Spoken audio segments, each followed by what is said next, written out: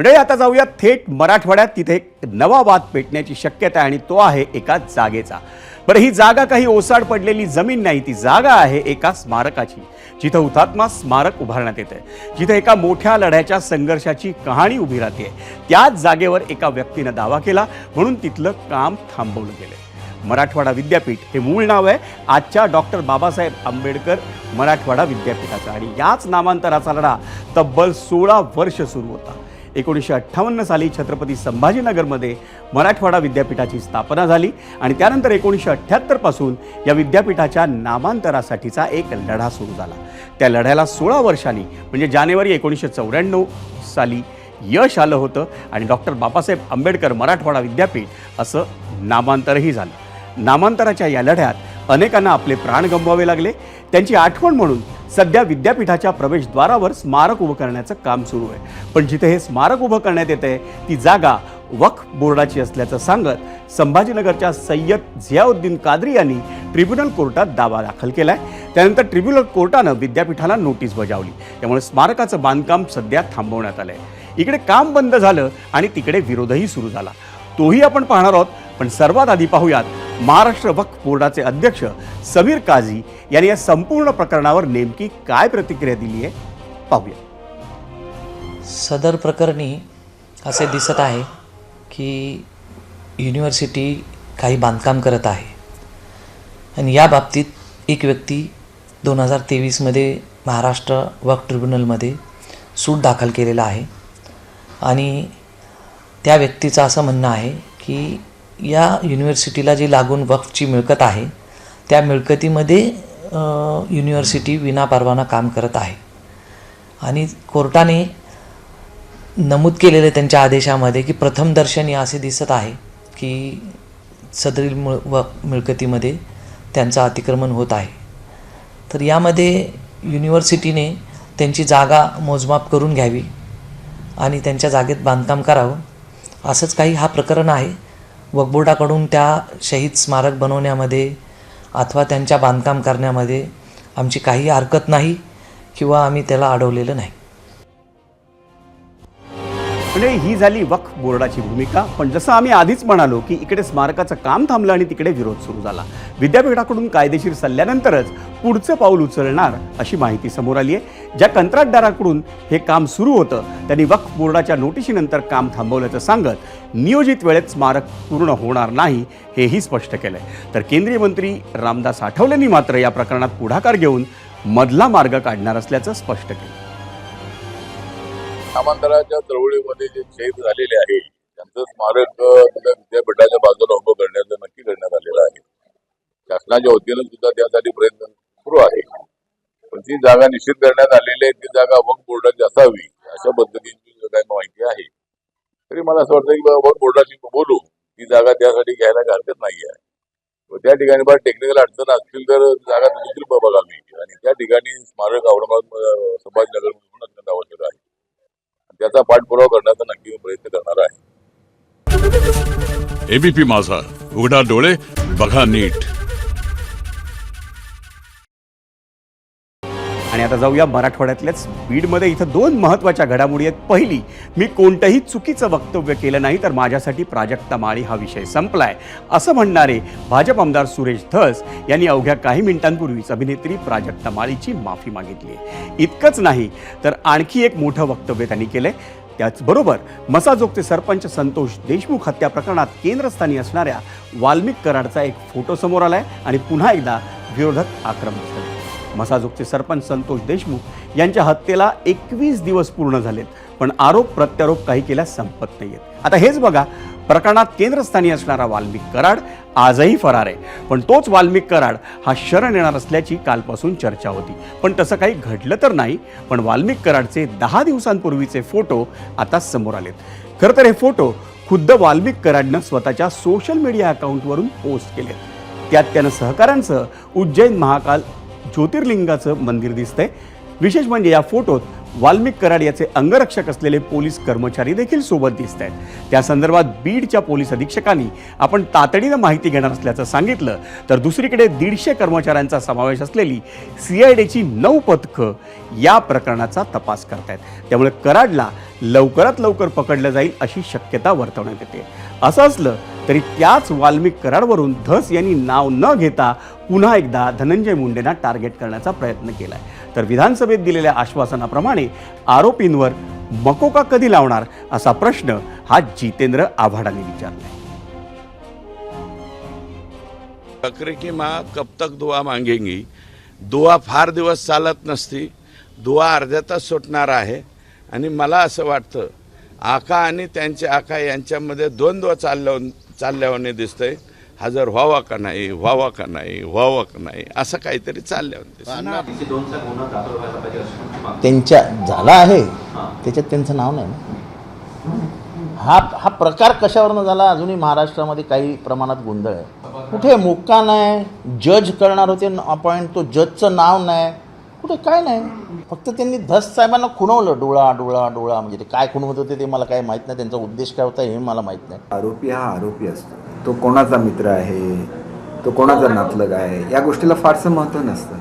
शेवटी आरोपीचं नाव एकदा पोलिसांनी जाहीर केलं की त्याला अटक करणार, 100% अटक करणार, याच्यामध्ये तुम्ही कुठलीही शंका मनामध्ये बाळगू नये असं मला वाटतं। भाजप आमदार सुरेश धस यांनी अगदी पहिल्या दिवसापासूनच सरपंच संतोष देशमुख यांच्या हत्या प्रकरणात आक्रमक भूमिका घेतली होती। त्यांनी आजही पत्रकार परिषद घेतली आणि अनेक मुद्द्यांवर उत्तरं दिली, पण टार्गेट मात्र धनंजय मुंडेच होते। शहरात कायदा सुव्यवस्थेचे धिंडवडे निघतायत असं म्हणत असतानाच शस्त्र बाळगण्याच्या कायद्याच्या तरतुदी आणखी कडक कराव्यात अशी मागणी मुख्यमंत्र्यांना करणार असल्याचं त्यांनी सांगितलं। आणि हेच बोलत असताना त्यांनी मुख्यमंत्री देवेंद्र फडणवीसांनीच बीडचं पालकमंत्री व्हावं अशी विनंतीही केली।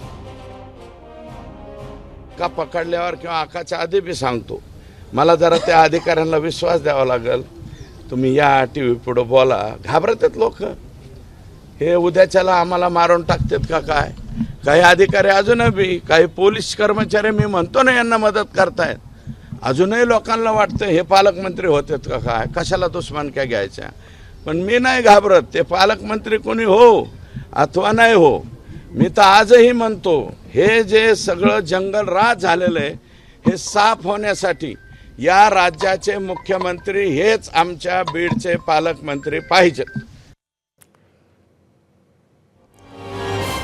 एकीकडे सुरेश धस यांनी देवेंद्र फडणवीसांकडे बीडचं पालकमंत्रीपद स्वीकारण्याची मागणी केली, तर दुसरीकडे शरद पवारांच्या राष्ट्रवादी काँग्रेसचे खासदार बजरंग सोनावणेंनी अजित पवारांनी बीडचं पालकमंत्री व्हावं अशी मागणी करून टाकली। बीडच्या हत्या प्रकरणाच्या तपासात पारदर्शकता नसल्याचा दावा शरद पवारांच्या राष्ट्रवादीचे खासदार बजरंग सोनावणेंनी केलाय। कुठलाही तपास झाल्यानंतर 24 तासांनी संबंधित माहिती सादर करायला हवी, पण लोकप्रतिनिधी असूनही तपासाची माहिती दिली जात नसल्याचं सोनावणे म्हणाले। या संपूर्ण प्रकरणात गृहमंत्री अमित शहांचं लक्ष असल्याची माहिती सोनावणेंनी दिली। इथं मुख्यमंत्री पालकमंत्री होऊ शकतात का नाही मला माहीत नाही, कारण मला कळतं तसं कुठं माहिती बघितलेलं नाही आहे।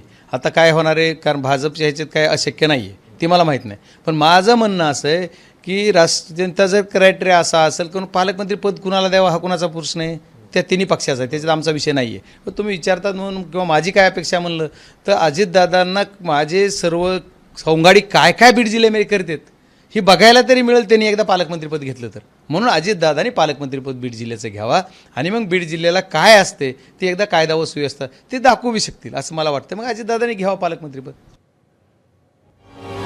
आता सुरेश धस यांच्या संदर्भातलीच पण दुसरी बातमी आहे ती अभिनेत्री प्राजक्ता माळी संदर्भातली। महादेव ॲपवर बोलण्याच्या ओघात सुरेश धस यांनी काही अभिनेत्रींच्या बीडमधल्या कार्यक्रमात सहभागी होण्यावर वक्तव्य केलं होतं आणि त्यात त्यांनी रश्मिका मंदाना, सपना चौधरी आणि प्राजक्ता माळी यांची नावं घेतली होती। त्या पार्श्वभूमीवर प्राजक्ता माळीनं मुंबईत पत्रकार परिषद घेऊन आमदार सुरेश धस यांच्याकडून एक महिला कलाकार म्हणून आपला अवमान झाल्याची भूमिका मांडली होती। या प्रकरणात प्राजक्तानं मुख्यमंत्री देवेंद्र फडणवीस यांचीही भेट घेतली होती आणि त्यानंतर राज्य महिला आयोगाकडून या प्रकरणाची दखल घेऊन पोलिसांना अहवाल देण्याच्या सूचना देण्यात आल्या असल्याचं आयोगाच्या अध्यक्ष रुपाली चाकणकर यांनी सांगितलं. त्यावर आम्ही दुपारीच त्यांना गाठलं होतं, तर प्राजक्ता माळी हा विषय माझ्यासाठी संपलाय असं म्हणून सुरेश धस यांनी वेळ मारून दिली. पण संध्याकाळी 7:30 वाजता म्हणजे अवघ्या तासभरापूर्वी आमदार सुरेश धस यांनी एक व्हिडिओ पोस्ट केला आणि अभिनेत्री प्राजक्ता माळी संदर्भातील माझ्या वक्तव्याचा गैरअर्थ काढला असं म्हणून त्यांनी दिलगिरी व्यक्त केली. दुपारी राज्य महिला आयोगाला प्राजक्ता माळी यांचा तक्रार अर्ज आला. आमदार सुरेश धस यांनी सुद्धा जाहीररित्या वक्तव्य केलं होतं आणि त्यामुळे त्यांचं वक्तव्य आल्यानंतर हजारो पोस्ट आणि वेगवेगळ्या युट्यूब चॅनल्सने केलेल्या बातम्या ह्या अतिशय वेदनादायक आहेत. आमच्या आयोगाचे वकील आणि त्यामधील तज्ज्ञ यांनी सर्व शहानिशा करून हा अर्ज आज दुपारी मुंबई पोलीस आयुक्त यांच्या कार्यालयाला पाठवलेला आहे. संबंधित तक्रार अर्जाची आणि घटनेची चौकशी करावी. प्राजक्ताताई माळीबाबत माझ्या स्टेटमेंटचा गैरअर्थ निघाला आहे. मला त्यांचा अपमान करायचा नव्हता किंवा त्यांच्या चारित्र्याबाबतीत तर बोलण्याचा विषयच नव्हता. मी प्राजक्ताताई सहित सर्व स्त्रियांबाबत आदर बाळगतो. माझ्या वक्तव्याचा गैरअर्थ निघाल्याने त्यांचे किंवा कोणत्याही स्त्रीचे मन जर दुखावले असेल तर मी प्रामाणिकपणे दिलगिरी व्यक्त करतो. माझ्या वक्तव्याचा विपर्यास केला असं म्हणत अखेर सुरेश धस यांनी दिलगिरी व्यक्त केली. पण त्यांना आज सकाळपासूनच समजवजा विनंती पक्षाकडूनही करण्यात येत होती. सकाळी भाजपचे प्रदेशाध्यक्ष चंद्रशेखर बावनकुळे यांनी पत्रकार परिषदेत बोलत असताना सुरेश धस यांना काही सल्ले दिले. तपासाची दिशा भरकटेल अशी विधानं टाळावीत आणि सगळ्यात महत्त्वाचं म्हणजे मुख्यमंत्री देवेंद्र फडणवीसांवर विश्वास नाही का असा प्रश्न करून सुरेश धसांचे त्यांनी कानही टोचले. तर भाजपचे माजी प्रदेशाध्यक्ष चंद्रकांत पाटील यांनीही सुरेश धसांना भाषेवर नियंत्रण ठेवण्याचा सल्ला दिला होता. आमच्याही पक्षाच्या सर्व आमदारांना विनंती आहे, त्यांना मी व्यक्तिगतही बोललो आहे की तपास यंत्रणेला कुठल्याही पद्धतीचा डायव्हर्शन होणार नाही. त्यांच्यावर वेगळ्या पद्धतीच्या अशा स्टेटमेंटमुळं किंवा अशा बयानबाजीमुळं तपास यंत्रणा डिमॉरलाइज होणार नाही किंवा तपास यंत्रणाचा तपास भरकटणार नाही.